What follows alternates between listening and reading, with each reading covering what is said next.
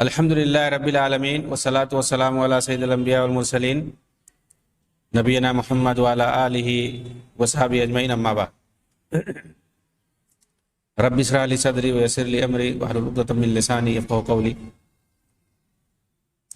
محترم ناظرین کرام، احباب گرامی، دیگر سامعین، اخوان المسلمون اور اس کے تکفیری نظریے پر ہماری گفتگو جاری ہے۔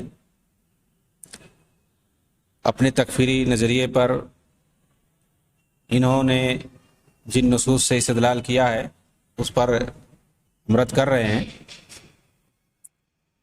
اور خاص طور سے سلمان عودہ، سلیمان علوان اور اس طرح کے لوگوں نے باقاعدہ کتابچے لکھے ہیں، رسالے لکھے ہیں۔ ویب سائٹ پہ آپ دیکھ سکتے ہیں کہ انہوں نے کس طرح سے سید قطب وغیرہ نے جس سے تکفیری بنیاد کو قائم کیا ہے اس کو صحیح ثابت کرنے کے لیے ان لوگوں نے کتابچے لکھے اور نصوص کو توڑ مڑوڑ کر کے پیش کیا تاکہ اس کے ذریعے سے سید قطب کا تکفیری نظریہ مضبوط کیا جا سکے، اور جو تکفیری تنظیمیں ہیں اسی فتوے، انہی لوگوں کے فتووں پر چل کر کے جو دہشت گردی پھیلا رہی ہیں، جو تنظیمیں عالم اسلام کے اندر مسلم حکمرانوں کی تکفیر کر کے رعایا کی تکفیر کرتے ہیں اور پھر اس کے بعد ان کے خون کو حلال سمجھ کر کے قتل و غارت گری کرتے ہیں، بالکل اسی طرح سے جیسے حضرت علی کے زمانے میں خوارج نے کیا تھا۔ انہوں نے صحابہ کی تکفیر کر دی تھی اور کئی ایک کا خون بھی انہوں نے حلال کر کے انہیں مارا بھی تھا، جس کی بنیاد پر سیدنا علی رضی اللہ تعالیٰ عنہ مجبور ہوئے تھے ان سے جنگ کرنے پر، لڑائی کرنے پر، اور پھر اس کے بعد ان کو مارا بھی، قتل بھی کیا۔ جنگ نہروان مشہور ہے، دیکھ سکتے ہیں کہ کس بنیاد پر یہ لڑائی ہوئی تھی، یہی ساری بنیادیں تھیں۔ تو یہ خوارج جو صحابہ کو جنہوں نے نہیں بخشا، ان کی جنہوں نے تکفیر کر دی اپنے جو ہے تکفیری نظریے کی بنیاد پر، تو آج کے خوارج تو ظاہر سی بات ہے آج کے مسلمانوں کی کیا حیثیت ہے صحابہ کے مقابلے میں، تو یہ کیوں نہیں تکفیر کریں گے، چاہے وہ مسلم حکمران ہو یا اسی طرح سے مسلم امہ ہو، اس کی تکفیر یہ کیوں نہیں کریں گے آخر۔ سلیمان علوان نے ابھی تک جو باتیں تقریباً گزری ہیں، سلمان عودہ کے سب استدلال تھے اور اس کا رد ہو رہا تھا۔ سلیمان علوان انہوں نے اپنی کتاب شرح نواقض الایمان، اور پھر اس کے بعد اس میں کس کس بنیاد پر آدمی کافر ہو جاتا ہے، یہ جو آیت ہے وَمَن لَّمْ يَحْكُم بِمَا أَنزَلَ اللَّهُ فَأُولَٰئِكَ هُمُ الْكَافِرُونَ، اور اس کے تحت ابن عباس رضی اللہ تعالیٰ عنہ کا جب قول ذکر کیا جاتا ہے کہ یہاں کفرن دونا کفرن مراد ہے، اور سارے لوگ کہتے ہیں کہ یہاں مراد جو ہے کفر اصغر ہے۔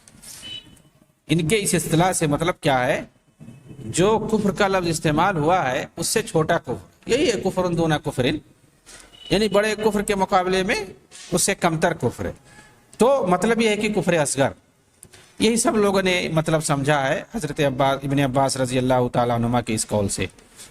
لیکن یہ سلیمان علوان جو ہے یہ پہلا شخص ہے، یہ بندہ پہلا آدمی جنہوں نے یہ بات کہی ہے کہ یہاں اس سے مراد کفر اکبر دون کفر اکبر، یہ مراد ہے۔ یہ ان کی حالانکہ اپنی ایجاد کردہ اصطلاح ہے، ایسا کسی نے نہیں کہا ہے۔ مطلب یہ ہے کہ یہ بھی ہے کفر اکبر ہے، لیکن جو حقیقی کفر اکبر ہے اس سے تھوڑا کم، لیکن یہ بھی کفر اکبر ہے، حالانکہ ایسا کسی نے نہیں کہا ہے۔ چلو ہم مان لیتے ہیں یہ بات، لیکن کیا آپ یہ کہو گے کہ اس سے آدمی دین سے نکل جائے گا؟ حالانکہ یہ کہتے ہیں اگر دین سے نکال رہے ہو اس کفر کی بنیاد پر تو ظاہر سی بات ہے وہ کفر اکبر ہی ہے۔ تو کفر اکبر کہنا، تو کفر اکبر کہیں دو ہوتا ہے کیا؟ کفر اکبر ایک ہی ہوتا ہے، اگر دین سے نکل گیا تو کفر اکبر ہے، اور دین سے اگر نہیں نکلا تو وہ تو کفر اصغر ہے۔ تو کفر اکبر دونوں کفر اکبر کہنے کی کیا ضرورت ہے؟ تو یہ کہتے ہیں، یعنی مطلب یہ کہنا چاہتے ہیں ابن عباس رضی اللہ تعالیٰ عنہ کے اس قول سے کہ وہ کفر اکبر ہی مراد لیتے تھے، حالانکہ ایسا نہیں ہے، دوسری روایت ان سے مروی ہے، اس سے اس بات کی تائید ہوتی ہے کہ وہ کفر اکبر نہیں مراد لیتے تھے۔ کیا ہے وہ روایت جو ان سے مروی ہے اس آیت کے بارے میں؟ اذا جحد حکم اللہ فهو الکافر۔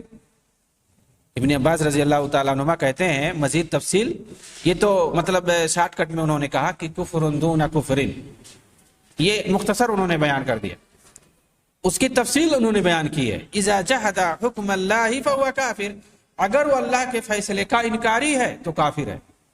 وَإِذَا لَمْ يَجْحَدْ فَهُوَ فَاسِقٌ، اور اگر انکاری نہیں ہے تو فاسق ہے۔ بھائی اس کو کیوں نہیں بیان کرتے ہو؟ یہ تو اسی کی تفصیل ہو گئی نا۔ اس کا مطلب یہ ہوا کفر دون کفر کا کہ یہاں جو ہے کفر اصغر مراد ہے اس صورت میں اگر انکاری نہ ہو، لیکن اگر انکاری ہے تو اس صورت میں کفر اکبر مراد ہے، یہ آپ کہہ سکتے ہیں۔ اور ظاہر سی بات ہے سب سے بہتر تفسیر وہی مانی جائے گی جو خود صاحب معاملہ کے کسی دوسرے قول کی روشنی میں ہو جائے۔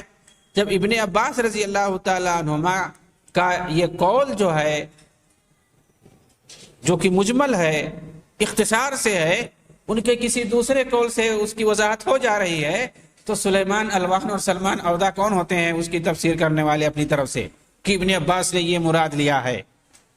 بھئی آپ جو ہے اس وقت یہ بات کہہ سکتے تھے جب ان کی مزید تشریح اس بارے میں نہ ہوتی، تو یہ لوگ عوام کو، پبلک کو اس طرح سے بھٹکانا چاہتے ہیں۔ چونکہ ابن عباس رضی اللہ تعالیٰ عنہ کی یہ تفسیر بہت مشہور ہے کفر دون کفر والی، اور امام بخاری نے اسے جو ہے صحیح بخاری کے اندر نقل کیا ہے کہ انہوں نے یہ مراد لیا، اور ظاہر سی بات ہے امام بخاری کے نزدیک کفر اصغر مراد ہے، انہوں نے صحیح بخاری کے اندر اس کو نقل کیا ہے ابن عباس کے اس قول کو کہ ہاں انہوں نے کفر دون کفر مراد لیا، یعنی کفر اصغر مراد لیا۔ انہوں نے وہ کفر مراد نہیں لیا جس سے انسان ملت اسلام سے باہر نکل جاتا ہے، ظاہر سی بات ہے وہ کفر اکبر ہے۔ اور ابن عباس نے باقاعدہ نہروان والے خوارج سے، حروریوں سے جب مناظرہ کیا تھا اور انہوں نے اس آیت کو پیش کیا تھا وَمَن لَّمْ يَحْكُم بِمَا أَنزَلَ اللَّهُ فَأُولَٰئِكَ هُمُ الْكَافِرُونَ، تو آپ نے یہی بات کہی تھی کہ اس سے وہ کفر نہیں مراد ہے جو تم لوگ لے رہے ہو، یعنی اسلام سے نکل جانے والا، کافر مرتد ہو جانے والا، جو مطلب اللہ کے علاوہ دوسروں سے فیصلہ کروائے کسی معاملے میں اپنے، تو اس بنیاد پر وہ کافر ہو جائے گا، اور تم لوگ یہی مراد لے رہے ہو۔ تو ایسا نہیں ہے، یہاں وہ کفر نہیں مراد ہے جو تم لوگ لے رہے ہو۔ ظاہر سی بات ہے وہ لوگ یہی مراد لے رہے تھے کہ آدمی کافر اور مرتد ہو گیا، تو آپ نے باقاعدہ ان سے یہ بات کہی تھی، اور انہوں نے سمجھایا جب کہ کیسے نہیں یہ مراد ہے، کیونکہ اللہ تعالیٰ خود حکم دے رہا ہے کہ جب آپس میں اختلاف ہو جائے میاں بیوی میں، تو دونوں پارٹی سے ایک ایک آدمی کو حکم بنا لو اور فیصلہ کر لو آپس میں۔ یا اسی طرح سے حالت احرام میں جو حج کرنے جاتے ہیں، اگر کوئی حالت احرام میں ہے اور شکار کے لیے، چونکہ منع ہے شکار کرنا، تو وہاں پر جو ہے حکم بنانے کے لیے اللہ تعالیٰ نے کہا ہے کہ ایک آدمی جو ہے فیصلہ کر دے کہ بھائی اگر کسی جانور کو مارا ہے تو اس کے مقابلے میں جو وہ فدیہ دے گا وہ کیسا ہونا چاہیے، وہ طے کر لے آپس میں، ایک آدمی وہ فیصلہ سنا دے۔ تو یہاں پر ایک معمولی جانور پر میاں بیوی کے اندر معمولی اختلاف کی بنیاد پر اللہ تعالیٰ نے انسانوں کو حکم بنانے کے لیے کہا، فیصل بنانے کے لیے کہا، ان کو فیصلہ سنانے کے لیے کہا ہے۔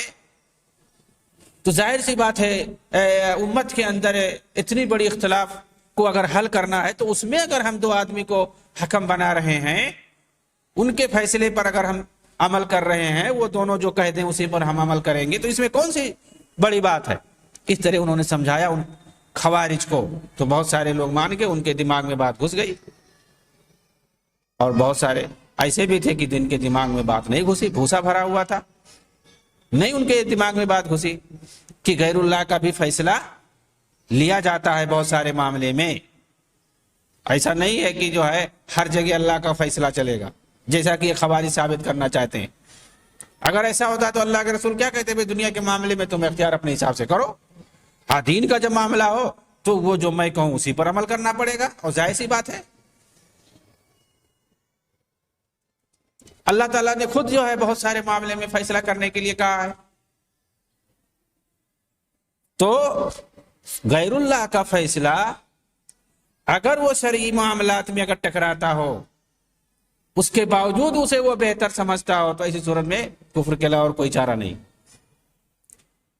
تو ابن عباس رضی اللہ تعالی عنہما کے قول، چونکہ یہ قول بہت مشہور ہے لوگوں میں، تو اس کی ان لوگوں نے تعویل کرنا چاہیے لوگوں کو بھٹکانے کے لیے کہ یہاں ابن عباس یہ کہنا چاہتے۔ ان کے جو دوسرے اقوال ہیں ابن عباس رضی اللہ تعالیٰ عنہما کے تکفیر کے تعلق سے، اس کو یہ لوگ نہیں بیان کرتے اس کی تفصیل۔ جیسے مثال کے طور پر یہی کہ اللہ کے حکم کا اگر وہ انکاری ہے تو کافر ہے، لیکن اگر انکاری نہیں ہے تو اس کو ہم فاسق کہیں گے۔ یہ تفصیل ہونا ہم مانتے ہیں، لیکن تفصیل کے ساتھ، وضاحت کے ساتھ ہے، لیکن یہ لوگ کوئی تفصیل نہیں سامنے لاتے ہیں، چاہے جیسا ہو، فیصلہ لیا تو کافر، ظاہر سی بات ہے۔ تو خوارج کا عقیدہ ہے وہ جو ہے حرام کام کے ارتکاب پر، جو خاص طور سے گناہ کبیرہ ہیں ان کے ارتکاب پر وہ فوراً کافر کہہ دیتے ہیں۔ اہل سنت والجماعت کا یہ عقیدہ نہیں ہے۔ یہ اسی طرح سے ابن عباس کا وہ مشہور واقعہ خوارج کے ساتھ جو ان کا مناظرہ ہوا تھا، اور کہا تھا کہ اس آیت سے تم جو کفر مراد لے رہے ہو وہ مراد نہیں ہے جس سے انسان اسلام سے نکل جاتا ہے، بلکہ یہاں کفر اصغر مراد ہے، گناہ کبیرہ مراد ہے۔ تو ظاہر سی بات ہے ان ساری چیزوں کو ہمیں سامنے رکھنا پڑے گا، پھر اس کے بعد ابن عباس رضی اللہ تعالیٰ عنہما کے اس مختصر قول کو سمجھنا ہوگا کہ کفر دون کفر سے کیا کہنا چاہتے ہیں۔ سلیمان علوان یا سلمان عودہ جیسے تکفیری لوگوں کے بعد قول کی روشنی میں ہم نہیں سمجھیں گے قرآن کریم کو۔ جب ہمارے سامنے ابن عباس جیسے ترجمان القرآن، امام المفسرین کا قول موجود ہے، تو آج کے جو ہے سلمان عودہ اور سلیمان علوان جیسے تکفیری اور تفجیری اور جو ہے علمانی خیال کے لوگوں کی بات ہم سنیں گے جو مسلمانوں کی تکفیر کرتے ہیں؟ کبھی نہیں ہو سکتا ہے۔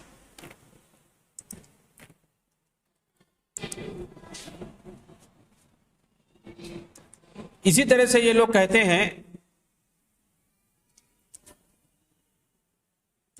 کہ اگر کفر کے ساتھ یعنی لفظ کفر ہے الف لام آئے تو یہ کفر اکبر پہ دلالت کرتا ہے،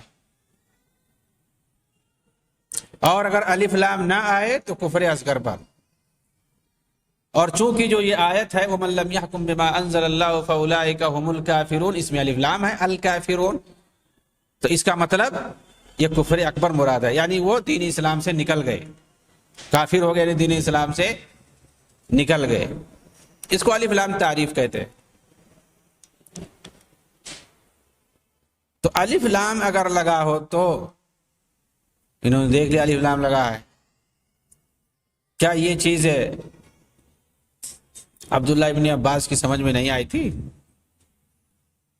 علامہ ابن تیمیہ کی سمجھ میں یہ بات نہیں آئی کہ اس میں الف لام لگا ہوا ہے تو اسے مراد کفر اکبر ہے؟ ابن قیم یہ بات نہیں سمجھ پائے، اور موجودہ دور کے بہت سارے علماء اور مفسرین یہ بات نہیں سمجھ پائے جو تفسیر کے میدان میں، فقہ اور شریعت کے میدان میں استنادی حیثیت رکھتے ہیں۔ یہ آ کر کے یہ باریک بھی نہیں سمجھ گئے الف لام لگا ہوا ہے اسے مراد کفر اکبر ہے۔ یہ استدلال بالکل نہیں صحیح ہے، کیونکہ اس طرح کا حصول کسی مفسر نے نہیں بتایا کہ الف لام اگر لگا رہے گا تو اسے کفر اکبر مراد ہوگا، الف لام نہیں لگا۔ کفر کا تعلق جو ہے یہ اعتقاد سے ہے، نیت سے ہے، اس کی بنیاد پر ہم فیصلہ کریں گے۔ بھائی ابن عباس رضی اللہ تعالیٰ عنہ کی ایک روایت ہے کہ جو شخص حائضہ عورت سے مباشرت کرے تو یہ کفر ہے، حالانکہ اس پر اتفاق ہے کہ گناہ کبیرہ ہے نہ کہ کفر ہے، اور ابن عباس نے بھی اس سے کفر اکبر مراد نہیں لیا ہے، وہ کفر اکبر جس سے انسان دین اسلام سے نکل جاتا ہے۔ اسی طرح سے ابو ہریرہ رضی اللہ تعالیٰ عنہ کی مشہور روایت ہے من اتی حائضا او امرأة فی دبرها او کاہنا فصدقه بما یقول فقد کفر بما انزل علی محمد۔ اس میں ہے کہ اس نے کفر کیا، باقاعدہ اس وحی کا انکار کیا۔ اگر کوئی کاہن کے پاس آتا ہے، حائضہ عورت کے پاس آتا ہے، کاہن کے پاس آ کر کے اس کی باتوں کی تصدیق کر دیتا ہے تو وہ کافر ہو گیا۔ صحیح روایت ہے، ابو داؤد، ترمذی، ابن ماجہ وغیرہ کے اندر ہے، علامہ البانی نے اسے صحیح کہا ہے۔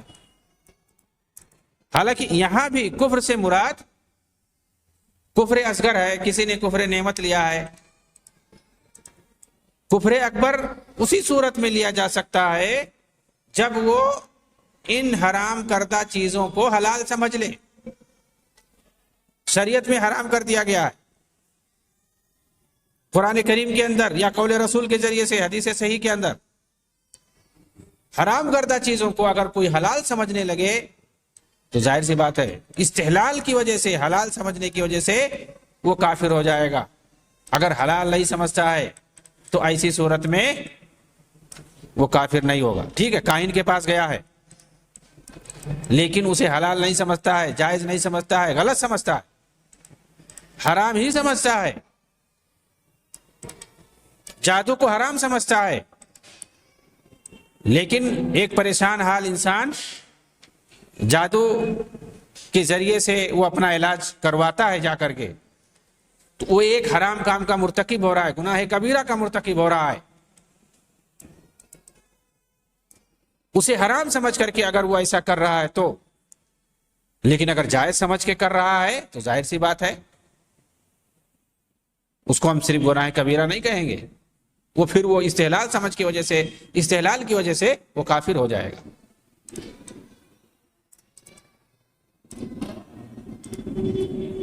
تو یہ تکفیر کے تعلق سے ان کے بہت سارے استدلال تھے، بہت ساری آیتیں تھیں، حدیثیں تھیں، اقوال تھے جن کو رد کیا گیا، اور میں نے بتایا کہ یہ لوگ ان تمام ایسی آیتوں سے اور حدیثوں سے استدلال کرتے ہیں جن میں یا تو وعید ہے، عذاب کی دھمکی ہے، یا تو وہاں پر اعتقادی نہ مراد لے کر کے عملی مراد لیا گیا ہے، چاہے وہ کفر ہو، نفاق ہو، فسق ہو، ظلم ہو، جو بھی ہو، وہاں عملی مراد ہے، وہاں پر اعتقادی مراد نہیں ہے، کفر اصغر مراد ہے، اکبر مراد نہیں ہے، ایمان کی نفی ہے تو وہاں نفی کمال مراد ہے، ایمان کی نفی مراد مکمل طور سے نہیں ہے کہ وہ ایمان سے باہر نکل گیا۔ تو ایسی جو ہے مطلب متشابہ روایتوں سے، متشابہ آیتوں سے یہ لوگ دلیل پکڑتے ہیں تکفیر پر، یا وہ آیتیں جو اہل کتاب کے بارے میں ہیں، کفار مکہ کے بارے میں ہیں، ان سے استدلال کرتے ہیں جس میں کفر کی بات کہی گئی ہے کہ ان کے کسی عقیدے کی بنیاد پر انہیں کافر کہا گیا، بتایا گیا کہ یہ کافر کیوں ہو گئے، کہ اہل کتاب جو ہے یہ کافر ہو گئے کیونکہ انہوں نے عزیر کو اللہ کا بیٹا مان لیا۔ اس طرح کی چیزیں، بہت ساری چیزیں ہیں، تو انہوں نے رب بنا لیا، غیروں کو بنا لیا، تو اس طرح سے یہ لوگ ان سے استدلال کرتے ہیں۔ حالانکہ اگر ان کو صحیح عام مان لیا جائے تو ظاہر سی بات ہے ہم یہی کہیں گے ٹھیک ہے، ہم ان کو بنیاد بنا کر ان آیتوں کو ہم کسی مسلمان کی تکفیر نہیں کر سکتے۔ ہاں، ان آیتوں کو اگر عام آپ مانو گے تو اسی صورت میں ہم ایک مسلمان کی تکفیر کر سکتے ہیں جب وہ بھی اسی طرح کا عقیدہ رکھے، وہ بھی شریعت محمدیہ کو کمتر سمجھ کر کے کسی دوسری شریعت کو بہتر سمجھنے لگے جس کے مطابق وہ فیصلہ کر رہا ہے، اسی کو اچھا سمجھے یا اس کو حلال سمجھ لے۔ کوئی حرام کام ہے وہ کر رہا ہے اور اسی کو حلال سمجھ لے، یا وہ کسی منسوخ شریعت کے مطابق فیصلہ کر رہا ہے، جاہلی شریعت کے مطابق فیصلہ کر رہا ہے، اسی کو حلال سمجھ لے، اسی کو بہتر سمجھ لے شریعت محمدیہ کے مقابلے میں۔ ظاہر سی بات ہے اس وقت کوئی بھی ہو ہم اس کی تکفیر کر سکتے ہیں، لیکن اس کی وضاحت، اسی لیے کفر بواح کا لفظ آیا ہوا۔ تکفیر کی سب سے بڑی شرط ہے کفر بواح، کفر کی وضاحت ہو، پتہ چلے کہ یہاں پر یہ کفر کر رہا ہے، تب پھر اس کے بعد ہم اس کو کافر کہیں گے، ورنہ ویسے ہم نہیں کہہ سکتے ہیں۔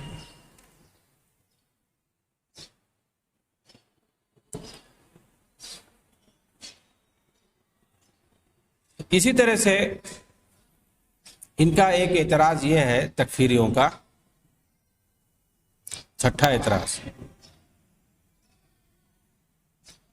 کہتے ہیں کہ حکام نے اپنے مسلمان بھائیوں کے خلاف کفار کی مدد کی۔ حکام کی جو تکفیر کرتے ہیں کہتے ہیں کہ مسلمان بھائیوں کے خلاف انہوں نے کفار کی مدد کی، اس طرح یہ کافر ہو گئے۔ مسلمانوں کے خلاف کافروں کی مدد کرنا یہ کفر پر دلالت کرتا ہے، کیونکہ مسلمانوں کے خلاف کفار کی مدد کرنا کفر ہے اور یہ نواقض اسلام میں سے ہے، جیسا کہ قرآن کریم کے اندر ہے وَمَن يَتَوَلَّهُ مِنكُمْ فَإِنَّهُ مِنْهُمْ، جو کافروں کو اپنا دوست سمجھے گا وہ انہی میں سے ہے۔ کہتے ہیں کہ دہشت گردی کے خلاف لڑائی میں امریکہ کا ساتھ دینے والا کیا کافر نہیں ہوگا؟ ظاہر سی بات ہے، امریکہ جو ہے دہشت گردی کے خلاف جو لڑائی لڑ رہا ہے وہ مسلمانوں کے خلاف لڑ رہا ہے۔ اب اس میں جو بھی مسلم حکومت ان کا ساتھ دے گی اس کو ہم کافر سمجھیں گے، اس لیے کہ مسلمانوں کے خلاف وہ کافروں کا ساتھ دے رہا ہے۔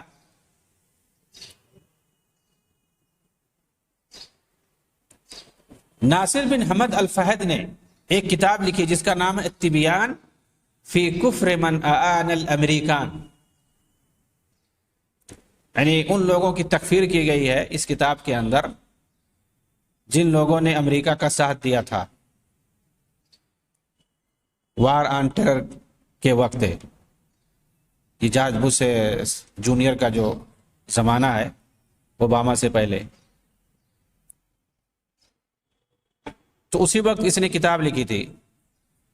یہ بھی اخوانی ہے، خارجی ہے، ناصر بن حمد الفہد۔ کتاب اس کا جواب بھی دیا گیا ہے کہ امریکہ کا جس نے ساتھ دیا تھا مسلم ممالک میں سے ان کو کافر کہا، افغانستان کے اندر، عراق کے اندر، اور ساتھ میں سعودی عرب کو بھی کافر کہا، حالانکہ سعودی نے ساتھ نہیں دیا تھا۔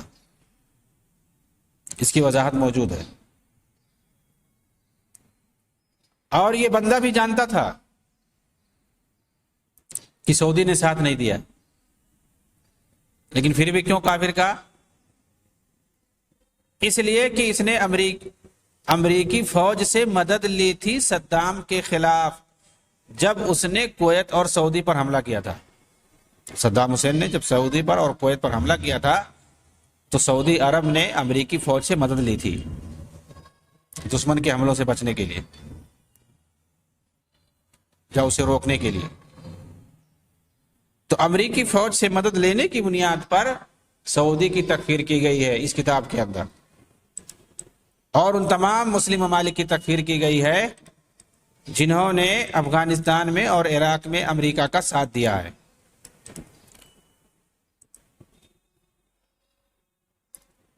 اپنے خارجی سوچ کی بنیاد پر 90 کی دہائی میں یہ بندہ میرے ناصر بن حمد الفہد جیل میں گیا گرفتار ہو کر کے۔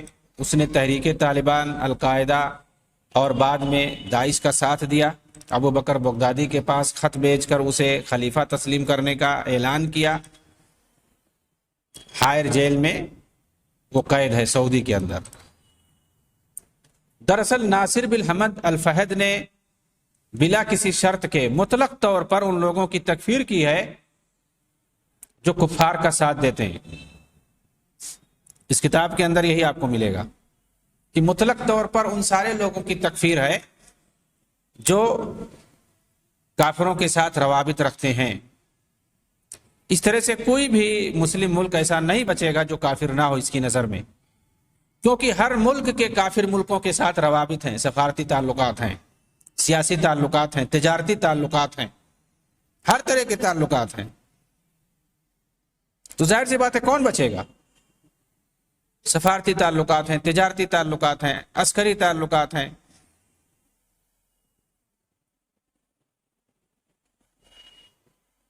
حالانکہ یہ جو اصول ہے کہ مسلمانوں کے خلاف کافروں کے ساتھ دینے کی وجہ سے، کافروں کا ساتھ دینے کی وجہ سے آدمی کافر ہو جاتا ہے۔ کس کے خلاف؟ مسلمانوں کے خلاف۔ یہ عام اور مطلق نہیں ہے، بلکہ اس کے کچھ شرائط ہیں۔ اس کی تفصیل ہے جنہیں جاننا ضروری ہے ہمیں۔ یہ بہت بڑا مسئلہ ہے۔ آپ سوشل میڈیا پر دیکھتے ہوں گے کہ کچھ ممالک چاہے جس کے ساتھ رہیں، اسرائیل کے ساتھ رہیں، امریکہ کے ساتھ رہیں، برطانیہ کے ساتھ رہیں، فرانس کے ساتھ رہیں، کسی کے بھی ساتھ رہیں، کسی بھی طریقے سے ان کو کوئی مسئلہ نہیں ہے، امیر المومنین بنے ہوئے ہیں۔ لیکن دوسرا ملک اگر کوئی امریکہ کے ساتھ ہو گیا، روس کا ساتھ ہو گیا، چین کا ساتھ ہو گیا، انڈیا کا ساتھ ہو گیا، تو وہ کیا ہو گیا؟ کافر ہو گیا، طاغوت ہو گیا، یہ کافروں کے ساتھ ہے۔ تو یہ کافروں کے ساتھ ہونا، کافروں سے تعلقات بنانا، اس کی بنیاد پر یہ جو آج کے خوارج تکفیر کرتے ہیں، تو اس کی کیا تفصیل اصل ہے؟ اور کافروں کا ساتھ دینا کیا اس کی بنیاد پر آدمی کافر ہو جائے گا؟ کافروں کے ساتھ ہونے سے، کافروں کے ساتھ تعلقات بنانے سے، یا اس کے تعلق سے کچھ نصوص ہیں جس کی بنیاد پر ہم کافر کہہ رہے ہیں، اور کچھ اس کے شرائط ہیں، یا یوں ہی مطلق ہیں، جس طرح سے ناصر بن حمد الفہد نے یہ کتاب پوری لکھ ڈالی ہے، اور اسی طرح سے سلمان عودہ نے، اور اسی طرح سے سفر حوالی وغیرہ نے بڑی بڑی کتابیں لکھی ہیں۔ سعودی عرب کو کافر قرار دیا، اسامہ بن لادن جو ہے کافر کہہ کے بھاگ گیا، سعودی کو چھوڑ کے، حرمین کو چھوڑ کے کہاں چلا گیا؟ سوڈان، جہاں پہ شرک و بدعت کا اڈا، وہاں 10 سال رہا۔ سعودی جہاں پر ایک بھی شرک و بدعت کا اڈا نہیں، سوڈان میں جہاں شرک و بدعت کے اڈے بھرے پڑے، ترکوں کے زیر اثر تھا، ان لوگوں نے وہاں پر بہت سارے شرک و بدعت کے اڈے بنائے، مزارات بنائے، لیکن مجال ہے کہ اپنے 10 سال کے اندر اسامہ بن لادن نے، جو کہ اتنا مالدار آدمی تھا، اس کے پاس پیسے کی کمی نہیں تھی، وہ دہشت گرد تنظیموں کو پیسہ دیتا تھا، اسلحے خریدتا تھا، لیکن اس نے کبھی کوئی توحید کا مرکز قائم نہیں کیا، کبھی اس نے مدرسے اور مسجدیں نہیں بنوائی جن کے ذریعے سے دعوت توحید کا کام ہو، شرک و بدعت کا خاتمہ ہو۔ انبیاء علیہ السلام آخر کس لیے آئے تھے؟ شرک و بدعت کے خاتمے کے لیے آئے تھے۔ اصل جو محور ہے، توحید کی دعوت پھیلانے کے لیے آئے تھے۔ لیکن اسامہ بن لادن کے پاس، جس کے پاس پیسے کی کمی نہیں تھی، چاہے وہ سوڈان میں رہا ہو، یا افغانستان میں رہا ہو، یا پاکستان میں رہا ہو، کوئی بتا سکتا ہے توحید کے کتنے مراکز اس نے بنائے ہیں سوڈان کے اندر، یا پاکستان کے اندر، یا افغانستان کے اندر، یا دنیا کے کسی بھی کونے میں کتنی مسجدیں اس نے بنوائی ہیں؟ اور اس نے دعوت توحید کا کام کتنا کیا ہے؟ شرک و بدعات کو ختم کرنے کا کام کتنا کیا ہے؟ اللہ کے رسول نے جب مکہ کو فتح کیا تھا، آپ نے سب سے پہلا یہ کام کیا تھا کہ بیت اللہ کے اندر جو بت پڑے ہوئے تھے ان سب کو نکالا، صاف کیا، تصویروں کو کھرچ کھرچ کے نکالا۔ ابراہیم علیہ السلام، مریم علیہ السلام وغیرہ کی جو تصویریں بنی ہوئی تھی، جو بت پڑے ہوئے تھے، سب کو صاف کیا۔ مکہ کے اندر جو لوگ مسلمان ہوئے، آپ نے سب سے پہلے حکم دیا کہ اپنے اپنے گھروں میں جا کر کے جو بت ہو اس کو اپنے ہاتھ سے توڑو۔ سب نے توڑا۔ اس کے بعد آپ نے کئی صحابہ کو، جو لوگ ابھی مسلمان ہوئے تھے، انہی لوگوں کو آپ نے بھیجا جو بڑے بڑے مشہور بت تھے اس وقت مکہ اور اس کے آس پاس علاقوں میں، منات ہے، لات ہے، عزا ہے، سوا ہے، ود ہے، یغوث ہے، بڑے بڑے جو بت تھے، قبائل در قبائل وہاں پہ جاتے تھے، جوگ در جوگ، وہاں پر جا کر کے وہ لوگ مدد مانگتے تھے اور بہت ساری چیزیں شرک کرتے تھے، بدعات اور خرافات کے اڈے جو تھے۔ آپ صلی اللہ علیہ وسلم نے سب سے پہلا یہ کام کیا۔ انہی لوگوں جو ابھی مسلمان ہوئے تھے، انہی لوگوں کے ہاتھ سے آپ نے اسے توڑوایا۔ آپ نے حضرت علی کو بھیجا کہ جاؤ، جتنی قبریں اگر ایک بالش سے اوپر پانا، سب کو گرا دو۔ جو مزارات بنے ہوئے تھے دور جاہلیت کے اندر، استھان بنے ہوئے تھے ان کے بزرگوں کے، سب کو گرا دیا صحابہ نے جا کر کے، بتوں کو توڑ دیا، ان کے مزاروں کو توڑ دیا۔ اور حضرت علی نے اپنے دور خلافت میں بھی ابو الحیاج ازدی کو بھیجا اور کہا کہ ابھی بھی کہیں بھی نظر آئے گا اگر کوئی اس طرح سے قبر تو اسے توڑ دینا، کوئی صلیب دیکھنا، کوئی مجسمہ دیکھنا، اسے توڑ دینا، قبر کو برابر کر دینا، اللہ کے رسول نے مجھے بھی بھیجا تھا۔ اور آپ دیکھیں گے جو علی کو ماننے والے ہیں، دعویٰ کرنے والے ہیں شیعہ، انہوں نے سب سے پہلے یہ رواج نکالا شرک و بدعات اور یہ مزاروں کا، اور انہی کی روش پر چلتے ہوئے صوفیوں نے اہل سنت میں گھس کر کے یہ رواج نکالا اور اسے پھیلایا تمام عرب ممالک میں، افریقہ کے اندر، اور وہاں سے بر صغیر کے اندر بھی آیا۔ بہت دین کی ہمدردی اور دین والے یہ لوگ بنتے ہیں اپنے آپ کو، اور اپنے علاوہ کسی کو مسلمان ہی نہیں سمجھتے ہیں۔ کیا اسامہ بن لادن، ایمن زواہری اور اس طرح سے ان لوگوں نے کبھی اس طرح کا توحید کا کام کیا جو حضرت علی نے کیا، اللہ کے رسول نے کیا؟ کہ کافروں پر فتح پانے کے بعد آپ نے سب سے پہلا کام کیا کیا؟ شرک کے اڈے کو ختم کرنا، بدعات اور خرافات کے اڈے کو ختم کرنا، مزارات ہوں، بت پرستی جہاں ہو رہی ہو۔ کتنا ان لوگوں نے شرک کے اڈے کو ختم کیا، توحید کی دعوت کتنی ان لوگوں نے دی۔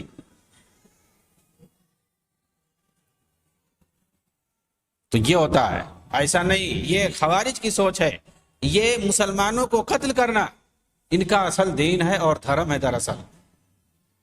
اللہ رب العالمین ان کے خارجی سوچ سے مسلمانوں کی حفاظت فرمائے، آمین۔ وآخر دعوانا ان الحمدللہ رب العالمین، السلام علیکم ورحمۃ اللہ وبرکاتہ۔